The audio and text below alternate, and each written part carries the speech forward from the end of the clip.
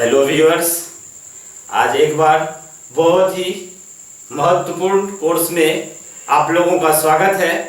आज से एक बहुत ही इम्पोर्टेंट जो सभी तरह के पृष्ठभूमि के छात्रों के लिए समान रूप से उपयोगी होगा, इस तरह का एक छोटी सी श्रृंखला जिसका नाम मॉर्निंग डोज रखा जा रहा है।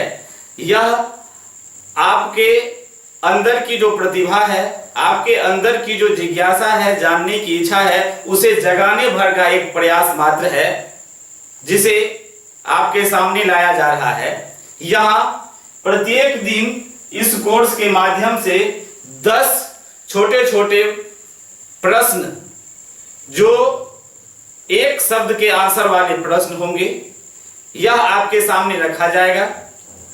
पहले आपसे प्रयास कराया जाएगा, आप इन प्रश्नों का अपने आप समाधान निकालें, आप इसका हल करें। अन्यथा मैं आपको एक गाइड दूंगा, आपको एक निर्देशन दूंगा और इसके माध्यम से यदि आपके भंडार में प्रत्येक दिन कम से कम 10 प्रश्नों का संचय हो जाता है तो आप इसके माध्यम से कितने प्रश्नों को अपने साथ समा सकते हैं, ये आप ही अनुभव करेंगे। तो आइए इस मॉर्निंग डोज के माध्यम से आपके सामने जो पहला प्रश्न रखा जा रहा है, यह है भारत के प्रथम राष्ट्रपति कौन थे। भारत के प्रथम राष्ट्रपति के बारे में आप बताइए कि ये कौन थे। तो भारत के प्रथम राष्ट्रपति कौन थे, जरा बताइए। भारत के प्रथम राष्ट्रपति, जी हाँ, आपने सही सोचा, आप नोट कर लीजिए। भारत के प्रथम राष्ट्रपति थे डॉक्टर राजेंद्र प्रसाद, जो आपके बिहार से ही संबंधित थे और ये बहुत बड़े विद्वान थे। डॉक्टर राजेंद्र प्रसाद जो छपरा जिले से संबंध रखते थे, ये थे भारत के प्रथम राष्ट्रपति। आपको राष्ट्रपति की एक विशेष श्रृंखला जीएस के माध्यम से आपके सामने प्रस्तुत होगा, जिसमें हम ट्रिक के माध्यम से आपको भारत के अभी तक के राष्ट्रपतियों के बारे में बताने का प्रयास करेंगे। इसके लिए आप हमारे राष्ट्रपति वाले सीरीज को व्यू करना नहीं भूलेंगे। दूसरा प्रश्न है भारत के प्रथम कृषि मंत्री कौन थे। जब हमारे भारत में अंतरिम सरकार की गठन हुई थी आजादी से कुछ ही दिन पहले, और जब हम आजाद हो गए थे तो वही कार्यकाल चला था उनका कुछ दिनों तक। तो भारत के प्रथम कृषि मंत्री कौन थे, यहां आप थोड़ा सा उलझ रहे होंगे। कई सारे कंपटीशन के एग्जाम में ये प्रश्न अभी तक आ चुके हैं कि भारत के प्रथम कृषि मंत्री कौन थे। तो ये भी थे डॉक्टर राजेंद्र प्रसाद। अब आइए जानते हैं कि भारत के प्रथम रेल मंत्री कौन थे। यहां तो ये 2 प्रश्न आ रहे हैं। ये आपने नाम सुना होगा, अंतरिम सरकार गठित हुई थी जवाहरलाल नेहरू के नेतृत्व में, उसमें प्रथम रेल मंत्री किन्हें बनाया गया था। ये थे आसफ अली। बहुत ही इंपॉर्टेंट प्रश्न, कई बार प्रश्न ये पूछा जा चुका है कई सारे एग्जाम्स में। अगला प्रश्न है होम्योपैथ चिकित्सा प्रणाली के जनक कौन थे। आपको यदि जनक की श्रृंखला चाहिए, आप उससे संबंध रखना चाहते हैं, तो मेरे ही वीडियो में मैंने पूर्व में ही एक छोटा सा क्लिप अपलोड किया था मैं अपने YouTube चैनल पर। तो आप वहां से विभिन्न विषयों के जनक के बारे में संपर्क साध सकते हैं, उसे व्यू कर सकते हैं और अपना कमेंट्स आप हमें देना नहीं भूलेंगे। तो होम्योपैथ चिकित्सा प्रणाली, वहां पर मैंने इसे ज्यादा विस्तार से बताया है। तो होम्योपैथ चिकित्सा प्रणाली के जनक कौन थे, ये थे हनीमैन। हनीमैन नाम के विद्वान होम्योपैथ चिकित्सा प्रणाली को भारत ही नहीं बल्कि विश्व भर में फैलाने का काम किया था। अगला प्रश्न है ये मिट्टी शब्द, मिट्टी जिसका अंग्रेजी क्या होता है, सॉइल। सॉइल अर्थात मिट्टी शब्द की उत्पत्ति किस भाषा से हुई है। कई सारी जगह मुझे भी इस प्रश्न से रूबरू होना पड़ा, इसलिए मैंने आपके लिए उठाकर लाया है कि सॉइल अर्थात मिट्टी शब्द की उत्पत्ति किस से हुई है।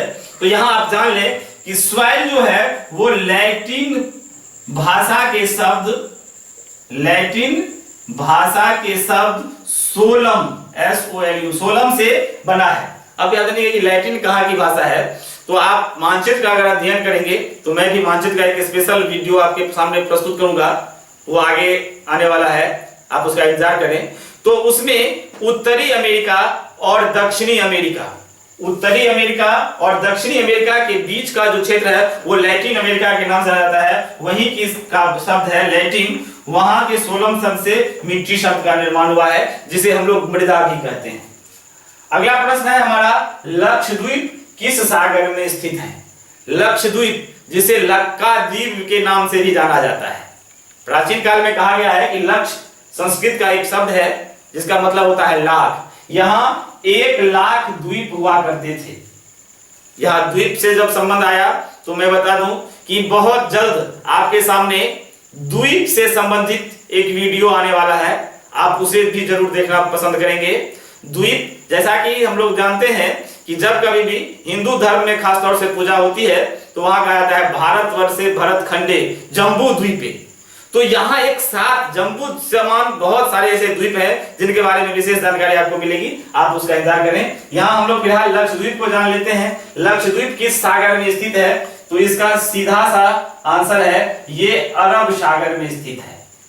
ये भारत के दक्षिणी तट पर स्थित है लक्षद्वीप, अरब सागर, जो हमारे केंद्र शासित प्रदेशों में से भी एक है। यह अरब सागर में स्थित है।